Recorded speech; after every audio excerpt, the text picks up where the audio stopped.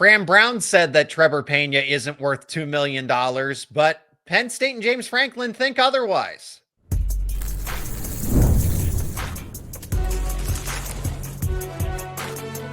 You are Locked On College Crossover, part of the Locked On Podcast Network. Your team every day.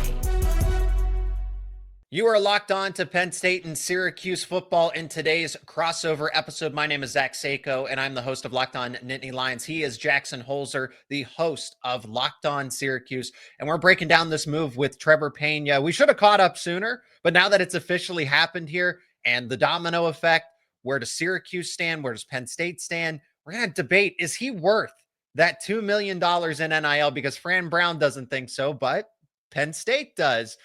Let's begin here, Jackson, with the fact that Syracuse is losing a key impact player. This is somebody that was going to be a captain this season, and Penn State is gaining a starter within the offense. I mean, from Penn State's side of it, I like this move because you get closer to a national title, but what exactly is Syracuse losing in Pena? Because he was really only a key contributor when Fran Brown and the new offensive system showed up. And I think that's what a lot of Syracuse fans, including myself, will tell you, that Trevor Pena is an example of a late bloomer. He's dealt with a lot of injuries over his collegiate career, and even when he's been on the field, he has mostly been a special teams guy, which, by the way, that's another way where he can help Penn State is in special teams. And then there were whispers going into last season like, hey, keep an eye on Trevor Pena. He might have a pretty good year.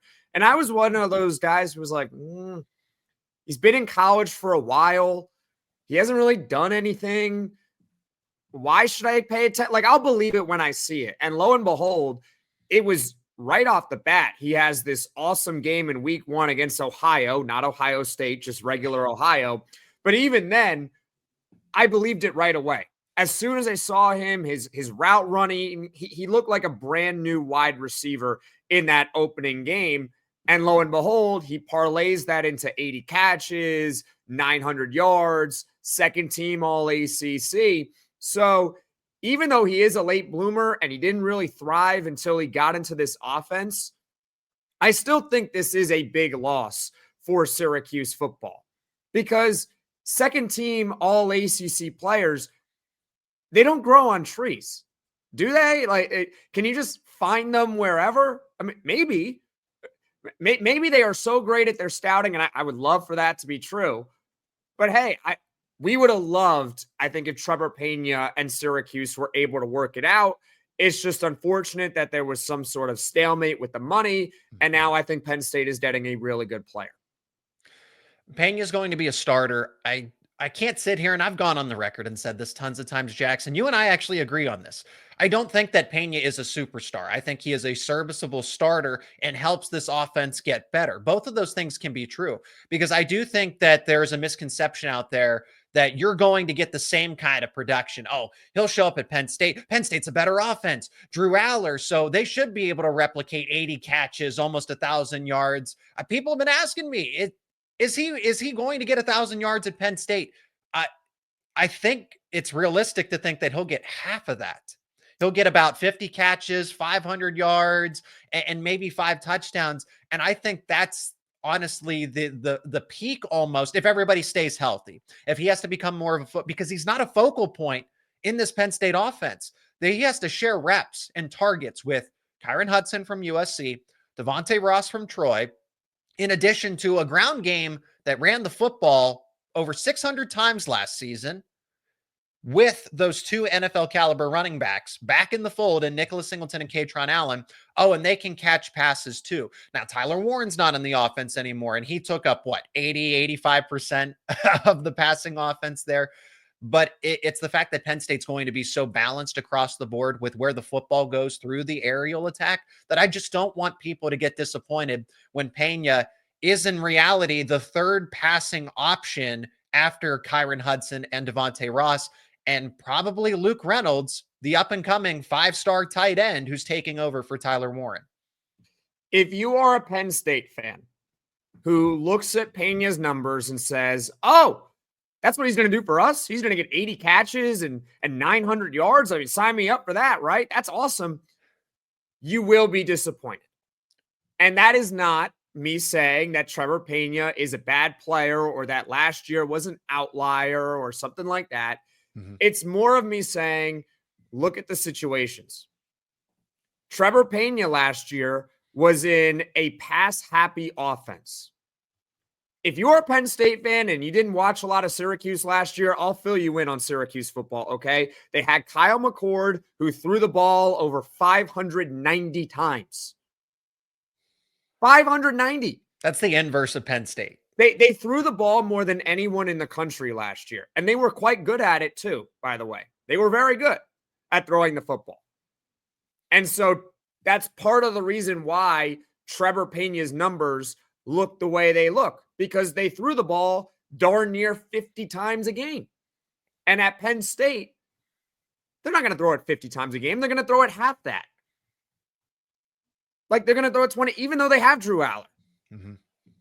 And I wouldn't necessarily get caught up in, oh, well, was Pena the only option at Syracuse? Actually, he was not. That is something that is encouraging. Mm-hmm. Trevor Pena was what I told you off camera. He was a guy at Syracuse. He was not the guy on Syracuse's offense. They had multiple guys. They had Pena. They had Jackson Meeks, who was all ACC. They had Aronde Gadsden, who was all conference and all American too. They had LaQuinn Allen out of the backfield, who caught passes a lot as well. All conference player. They had a lot of weapons last year. So that's something that is encouraging about Trevor Pena, that he did carve out a significant role despite multiple all-conference players around him. But he's going to Penn State where they're not going to pass as much. So I wouldn't get caught up too much in the numbers. I would look at it and say, I think we got a good player. I think we got a starting slot receiver. I think we got someone that is going to be money on third down, money within 10 yards. I think Pro Football Focus has the stat, Zach, where he caught 47 of 54 targets within 10 yards. That's incredible efficiency. Now, you might not get 54 targets within 10 yards, but if you can keep that efficiency, you're getting a really good player. So don't get too caught up in the numbers. Just be excited that you got a good player. You got someone that's going to be a reliable option on third down, and he's going to help Penn State's offense. You know what, Jackson? We do have to get caught up in the numbers, because the question that now comes to mind after we just hashed all of that out, is he worth the alleged $2 million in NIL? Because somebody's spending it. It's not Syracuse. It's not Miami. It's allegedly, right, Penn State. They picked him up. So we're going to discuss that. Is Fran Brown justified in saying that Pena is not worth the Jeremiah Smith money? And is Penn State out of its mind for taking on that kind of financial investment for a complimentary player in the offense? That is coming up next here on this Locked On Crossover. And today's show is brought to you by Supply House. Get the supplies you need from the site made for skilled trades, Supply House. Whether you're in plumbing, HVAC, or electrical work, Supply House is the reliable way to order products online. Their easy-to-use website is packed with helpful resources and the latest product info to help you get the job done right. Plus, with a complete inventory of over 200,000 parts from 400 plus top brands, you'll find exactly what you need, delivered fast from coast to coast. Do you need help with an order? Supply House offers support, expert support, and an industry-leading service, so you're always going to talk to a real person. And for trade pros looking for an extra edge, their free Trade Master program offers exclusive perks like a dedicated phone line, free shipping, and discounts on every order. Thousands of skilled professionals are already taking advantage, and now it is your turn.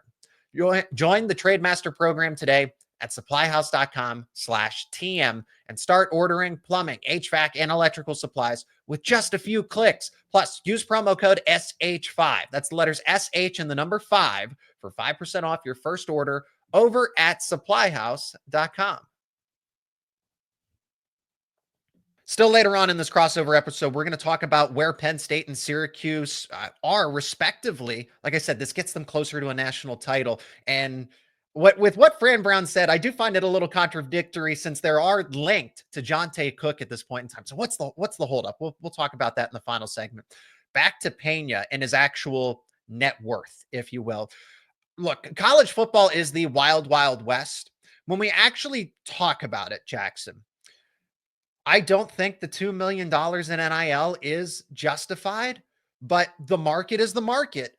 So just because I don't have that kind of money and we're sitting here playing a little bit of, college football general manager, Penn State said it was worth it. And from what I've heard, Penn State did make a serious offer and that there was a counter offer after Miami of Florida became a heavy player in all of this. They wanted Trebor Pena, but Penn State wanted him that badly. So Syracuse might not think that Pena's worth it because they're not close to a national title. But Penn State is and knows that a player like Pena can at least help them get there. So at the end of the day, it is worth it from the team and the objectives. But if we're talking like making up an NFL type of salary cap and how you're balancing the budget and everything, I don't know that it's justified, if that makes sense. Look, Zach, you mentioned the NFL. The NFL, we can talk all day about player salaries and whether or not players are worth what they're being paid. And the reason why it's such an important talking point about the NFL or really any other major American pro league besides baseball. So we're talking about the NFL, the NBA, the NHL is the most strict when it comes to the salary cap. There's a salary cap. So it does matter what our teams are willing to pay players, because if you pay too much for a player, well, that's going to hurt you with getting other players because you have a salary cap. This system does not have a salary cap. You have budgets, but when in doubt, there is always a path to being able to get more money. And I know Syracuse fans are probably going to turn off this show right now, but that is the reality.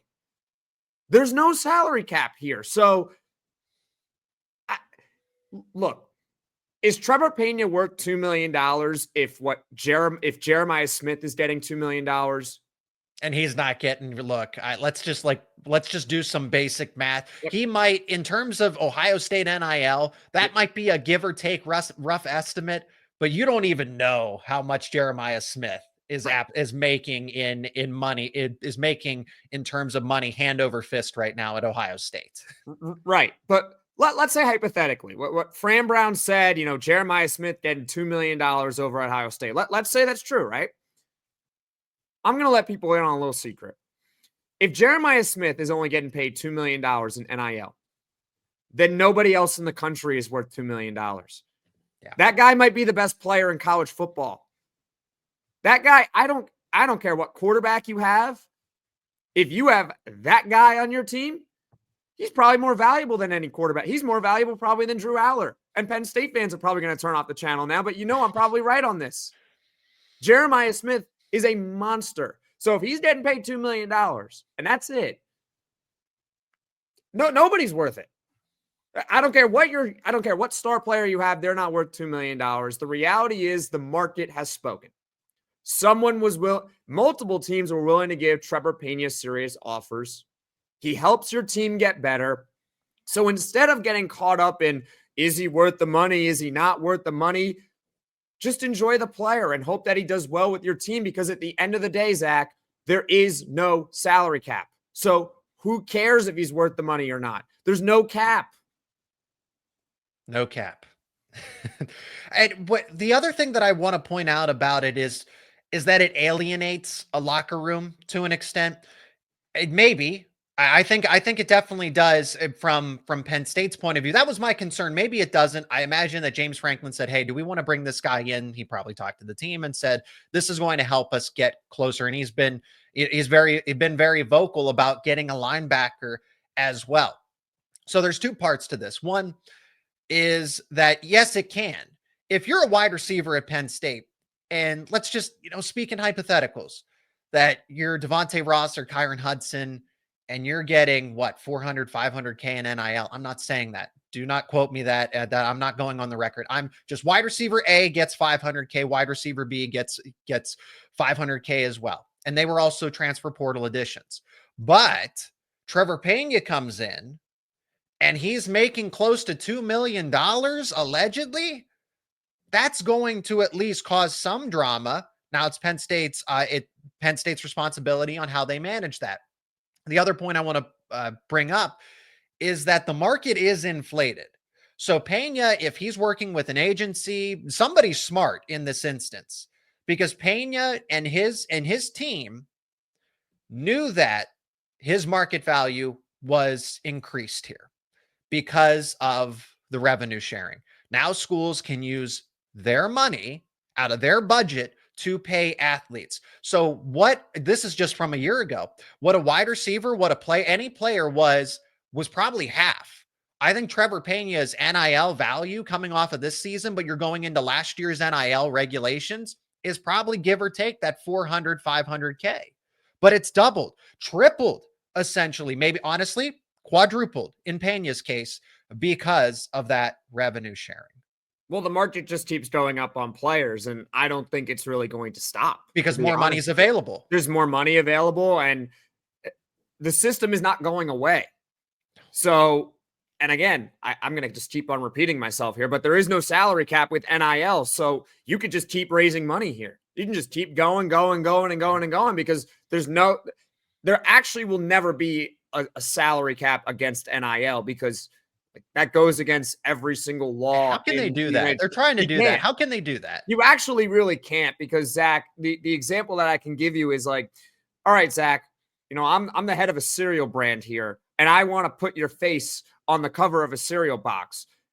The United States government, they can't step in and say how much I am allowed to pay you to put your face on the cover of a cereal box. Yeah. Like, it's whatever the market is willing to pay. And you can agree or disagree to the terms, but that's what the market is allowed to say here. So you can just keep raising money. And I don't think this alienates the locker room at all, because Trebor Pena makes your team better. And he's making more money than you. Well, then that's unfortunate for you. You should have gotten a better agent. That's your problem.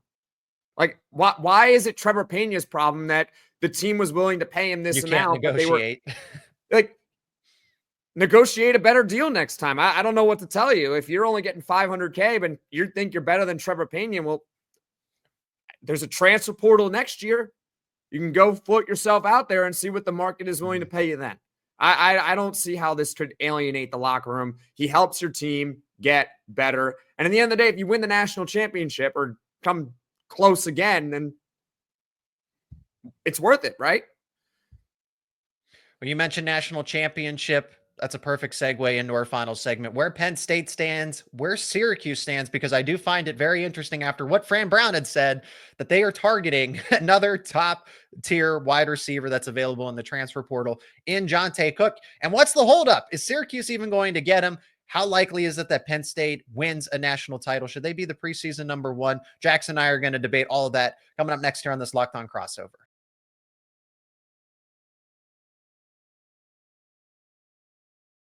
Final segment, home stretch of this. Jackson, we can talk about both teams in the same breath here. Penn State, I think, has a case to be number one after adding Trevor Pena. Now, at the time of this recording, and things move so fast, if Penn State happens to add another quality linebacker, because that is what Penn State feels that it needs, especially after losing Tamir Robinson to USC, Penn State, if they can get those additions, do in fact have a case to be number one. Oh, well, what about Texas? What about Ohio State? They have a case. They are top three conservatively, but this is a national title contending team. And my argument for that number one spot and why they're a title contender is because Drew Allar is back. Nicholas Singleton, Katron Allen are back. You have three starting caliber wide receivers that are all going to contribute. Yeah, sure, you lose Tyler Warren, you lose Abdul Carter, but you have Luke Reynolds that's going to step up. Penn State's in a spot that other teams aren't. Syracuse is going to have a new starting quarterback, Steve Angeli. I want you to tell me about him too. Why that addition makes sense. But Drew Allar is back. Ohio State breaking in a new starting quarterback. Oregon breaking in a new starting quarterback. Texas technically breaking in a new starting quarterback, even though he had some spot starts here and there when Quinn Ewers wasn't available. Penn State has something else, something that most teams do not. Exception of LSU as far as title contenders go, and that is a returning veteran starting quarterback and a bulk of the offensive system returning as well. Yeah, I agree with everything that you said, that Penn State is definitely one of those teams that could very well win the national title this upcoming season.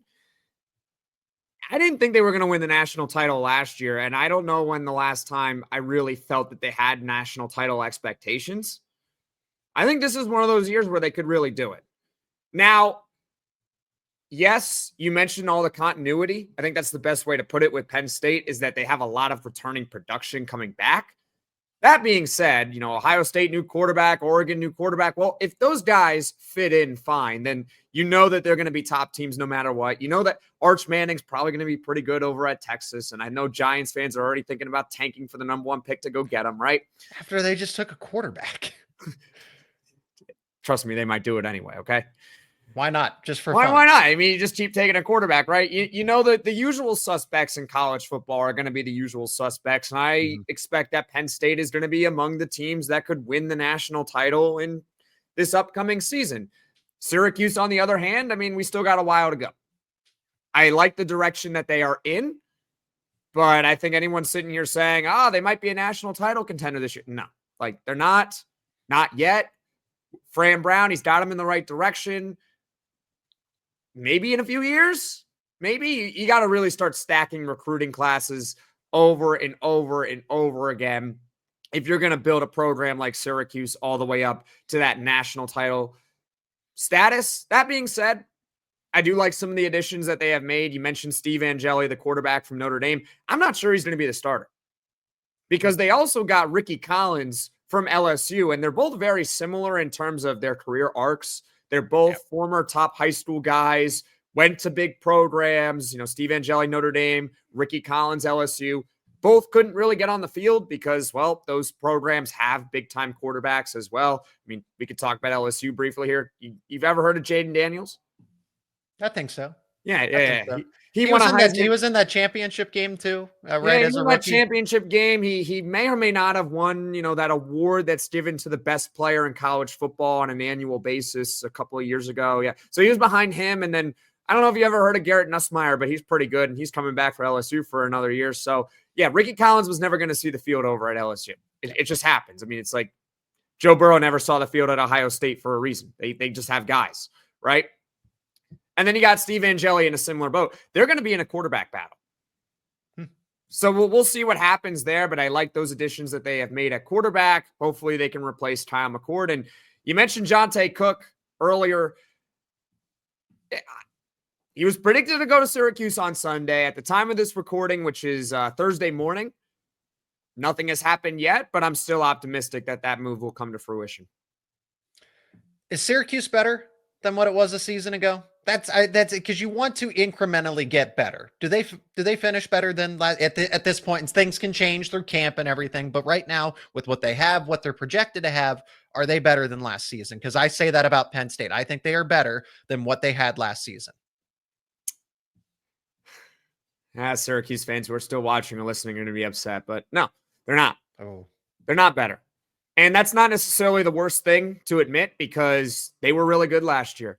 They were a 9-3 regular season team that were very close to being Indiana. That's who they could have been. They were very, very close. I mean, they had a couple of losses in there that could have gone either way, and they could have been that 11-1 team that would have made the college football playoff very similar to Indiana. They sent 10 guys to the NFL, which, Zach, that's unheard of for Syracuse football. Fran Brown's the guy. I like that hire. They sent 10 guys to the National Football League. 4 of them got drafted. That's unheard of in Syracuse football. And you don't just replace that production overnight. You go from a second-team All-ACC quarterback in Kyle McCord, who broke almost every single conference record. Like he actually broke conference records, like good ones too, like passing yards, completions. Steve Angeli versus Ricky Collins. I mean, what are the odds that they are on level of Kyle McCord? You lose Aronde Gadsden. You lose Trevor Pena. You lose Jackson Meeks. On top of that, you have a tougher schedule this upcoming season. So I'm looking at it. This is awful. They might be a tough schedule. So 2-6 through 8 games. So to sit here and say that, oh, are they better? I don't think they are better. And you combine that with the schedule they have coming up. I think a fair expectation for Syracuse this upcoming year is just make a bowl game. I think if you make a bowl game with that schedule, hopefully you get some decent quarterback play, and then you can load up for a really good 2026 season. That's where I have Syracuse right now. The ACC is such a wild card. So if Syracuse catches fire, but starting with Tennessee and then Clemson in your first 4 games, yeah, there's certainly going to be a reality check for the Orange here. Wow, we were able to cover a lot here. Do you want to add something in real quick? Well, their toughest games, I should also mention, are all on the road. That's another thing that makes the schedule so difficult. So you got Tennessee neutral site in Atlanta. That's not really going to be a neutral site, and you know it. At Clemson, at SMU, you're going to Georgia Tech, at Miami as well, at Notre Dame towards the end of the season. So last year, Syracuse's toughest games were at home. They got Miami at home. That was their toughest one. They beat them. Mm-hmm. They got them at home. Now they have all these games that are tough, and they're on the road. So it makes it a little bit more challenging. If I had to make a prediction right now, I say under 500. I don't blame you. I mean, I'm be optimistic. Just the outsider perspective. I don't blame you at all. I don't blame you at all. I think it's one of those scenarios where you can't look at Syracuse from a year ago and say, oh, well, they're going to be like 8-4, 9-3 again, right? Like, no, like completely different team, completely different schedule. Yeah, you have the same coaching staff for the most part, so that gives you hope. National outsider perspective, I can completely understand why you would say that they're going to go under 500. I'll be optimistic. I do think they will make at least a bowl game. Outsider perspective, because I'll offer you the same chance. What do you think about Penn State? Better than 10-2, 11-1? Do they beat Ohio State? Did they beat Oregon? Do they get back to the Big Ten title? I'm never going to believe they beat Ohio State until they actually beat Ohio State. How about that? It's been 10 years. Yeah. I'm not going to believe it until I see it. Okay, I've seen this movie a lot of times. It's a terrible movie. I hate it. It's an awful movie if you're a Penn State fan. They just can't beat them. Ever since that game where it was a kind of a... And they needed a magical play for it to happen. Yeah, I remember that one. I was younger, but I remember that game a little bit. I do think they have a chance. I wouldn't call them a lock for the college football playoff, but if they don't make the college football playoff, it is incredibly disappointing. That's bad. I can't even fathom that right now. You got to make the college. I think you have to make the college football playoff. If you don't make the college football playoff, that is a failure, complete failure.